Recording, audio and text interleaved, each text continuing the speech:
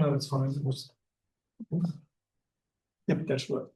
Yeah, thanks, Daniel, for mentioning that we need more data sets and better data sets. That's the perfect introduction for my presentation as well, because I will present the SQaLe data set where we built a massive text-to-SQL data set. But to start this presentation out with, I mean, I will just keep that very short. I think all of you are familiar why we need text-to-SQL. Most companies and organizations have very large databases. There's a lot of interesting things to be learned from those databases, and text-to-SQL just provides a nice natural language interface for non-experts to use those and query those databases. So the very short version of that.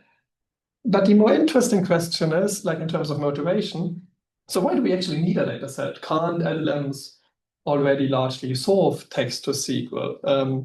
Isn't that a problem already? Yeah. Pretty much solved. Yeah, and let me explain it for a second, or much rather complain, because I think that's something that I find in a lot of research that I like a few things that I don't like oftentimes. So I will go on a slight detour to motivate that for a bit. So how does text-to-SQL currently work? And a lot of it, like that's not exclusive. There are also different approaches, but most papers oftentimes follow this pattern where okay, you start with a natural language question and you have some sort of schema and some sort of database where you want to have the query for. So you start out with, okay, I have a small large language model that I can host locally, and I can also turn on my webcam, I just realized. Or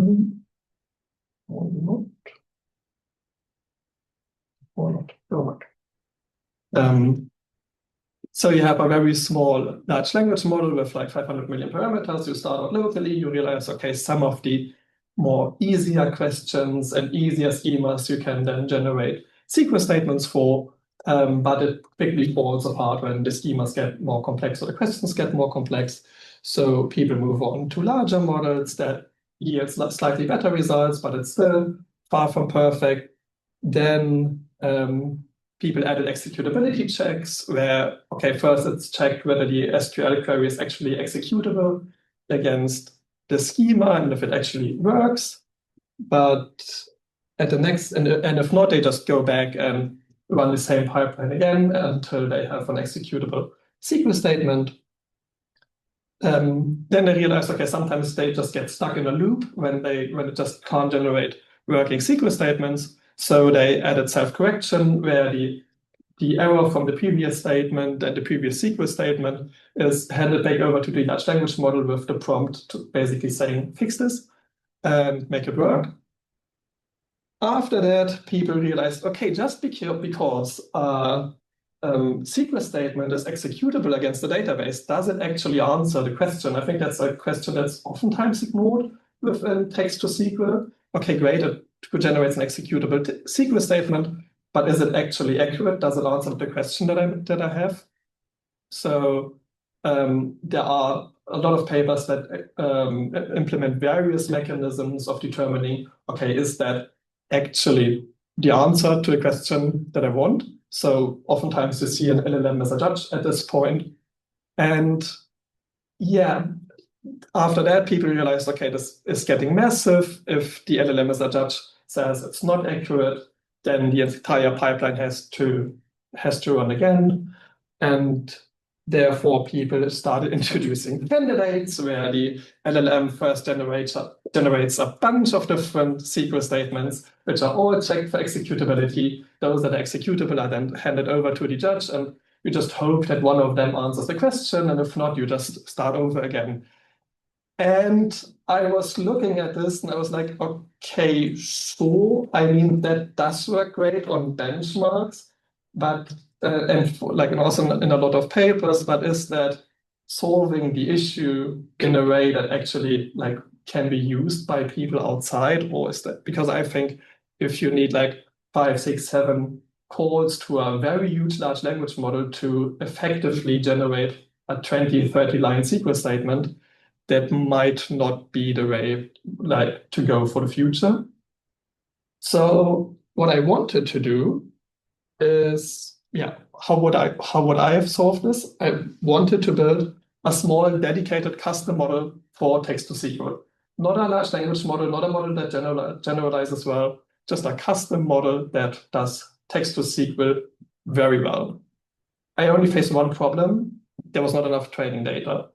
I mean, sure, there are a lot of benchmarks out there like Spider 2.0, BERT, and a bunch of others, but they all have very limited number of samples, also very limited number of schemas.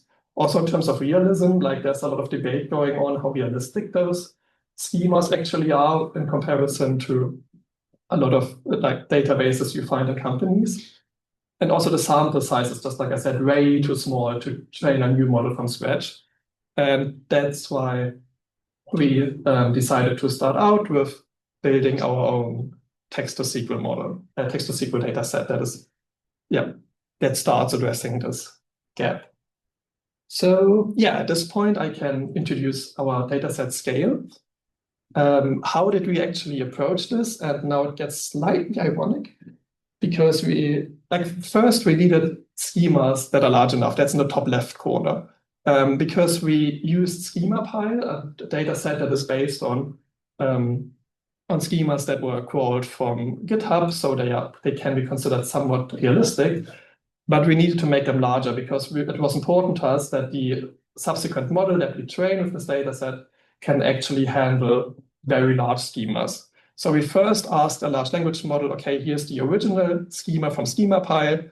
Can you just extend that? So we had this first step of schema extensions, just make it larger. And we always checked, okay, is that schema actually executable? Does it work in terms of foreign key relations and so on? And so that was the first step. After that, we just took those schemas and again, generated a bunch of questions for those schemas. We used examples from BERT and Spider 2.0 to inspire those questions. So we just used natural language queries from those benchmarks, handed them over as examples, and told the LLM generate a bunch of similar questions for that specific schema. And then we actually used that massive, complicated pipeline that I introduced earlier that I myself don't like all that much, but to basically generate those SQL statements that actually answer those questions, so to generate the ground truth. And this way, we actually created over half a million samples. So on the top left, you see the schema statistics. So we had next to 140,000 individual schemas in that data set, so far larger than any competition. And also in terms of columns per schema and tables per schema, we were doing on average far better than, like our data set was just far larger than the competition, so to speak. When it comes to individual samples, we have basically one big competitor that is SQL. They have 2.5 million natural language queries, but they were all over far smaller schemas. So yeah, but there we came in second with our 500,000 natural language queries. And also in terms of complexity of those natural language queries, we were just in line with the benchmarks and so on and so forth. So yeah, also, yeah, two more plots showing that our distribution is just in terms of columns per schema far larger than any of the competing data sets. And also what was important to us as well is that in terms of query complexity, we also have very, very complex queries. So you see for a few of those queries to answer them, we actually need like 10, 11 or 12 joins to answer those questions. So because we also wanted to cover that higher complexity. So what happens when we actually use that data set to fine-tune a small language model, so not an LLM, but a very small model? The results were surprisingly good. So on the top, you see parsability. Does the result actually conform with the SQLite standard? And at the bottom, you see executability. Is the generated SQL statement actually executable against the schema? Please note that we don't evaluate for accuracy here. We don't answer the question whether the generated SQL statement actually answers the question. But even there, you see that our model with 500 million parameters in a lot of these schema sizes approaches the capabilities of GPT 5.1, which is like, I think, 1,000 times larger. Just for comparison's sake, there's like a graphic on the right. You see how much larger GPT 5.1 is compared to our model, and still performance-wise, we were able to keep up quite well. Those are still preliminary results. They will change before we publish this model, just as a warning. But still, we were quite, so far very happy with those results that we got. So, yeah, and that's already it from my side. There's a Hugging Face link to our Hugging Face organization and my LinkedIn profile. So if you are curious about updates to this data set or new text-to-SQL models, feel free to follow me or us there. Yeah, I already saw that. Thanks, very nice data set. I like it. Why did you start with natural language queries and not with the SQL queries? And because generating SQL queries through some generator and then translating them in natural language is probably way less error prone than doing it the other way around. Mostly because I think it would have been harder to control from our point of view the diversity of the underlying questions to do it this way, and we just had very limited compute. So I first went over and generated all of those questions. That's not very compute intense. Evaluated whether those questions are sufficiently diverse, and then generated the answers. Do you think the answers are correct, the SQL? Because the performance is pretty good. Because we work on something similar. Yeah. And for our data set, the performance of all the big models sucks. Yeah, that's pretty much. And you achieve 90%, which is surprisingly good and high. Yeah, I mean, but that's, like I said, executability, not accuracy, whether we actually answer the question. Like that plot, that's just executability, not accuracy. It's not saying whether it actually answers the question. That's an important limitation here. We are still working on a methodology ourselves to judge the accuracy of the answer. But yes, that's a huge difference. That's also oftentimes ignored by a lot of agentic pipelines that you see outside. Does it actually answer the question? Thanks. Yeah. Just a quick clarification question. For GPT 5.1, what's the setting they're using? So do you have it in thinking mode, or is it just straight question?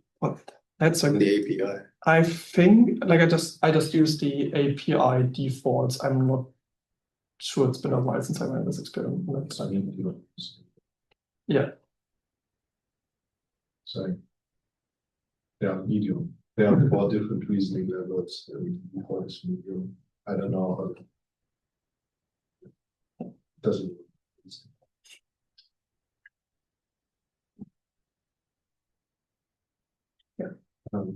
Also, kind of a follow-up question. I understood correctly, you're first generating the questions and then the SQL. Exactly. Which model do you use to generate the SQL?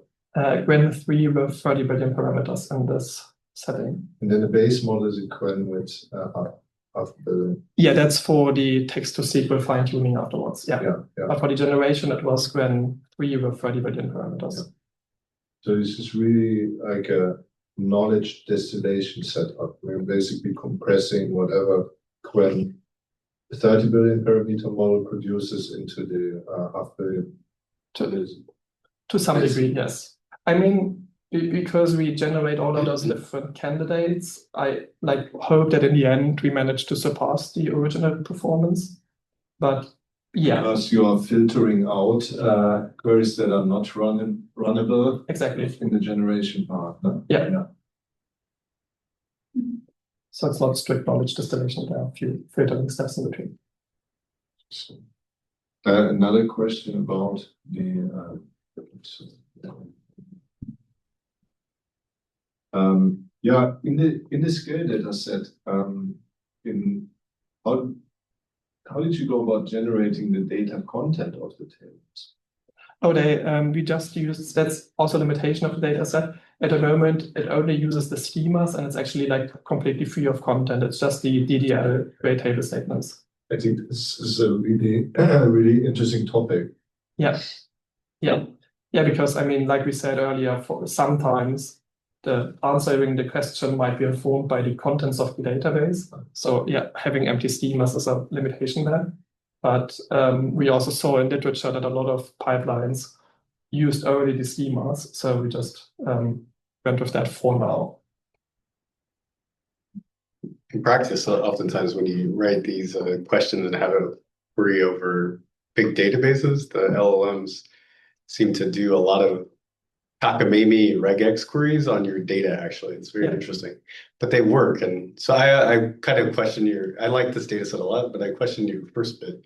I'm not convinced that the LLMs actually don't work. Especially if they can do multiple rounds in an agentic style. Oftentimes they get quite good results, but I kind of force them in a protocol. But I mean, that's also what I think they work, but I just think it's computationally very inefficient. Oh, I agree with you completely. I just burning through. No. Like I think I had it on my slide, like on the top, like it worked. Like and like that's not the end of the pipeline. There are a lot of additions to that, agentic additions. So it works. It's just computationally very, very inefficient. And I think we should maybe approach that differently. All right. Thank you so much, Cornelius.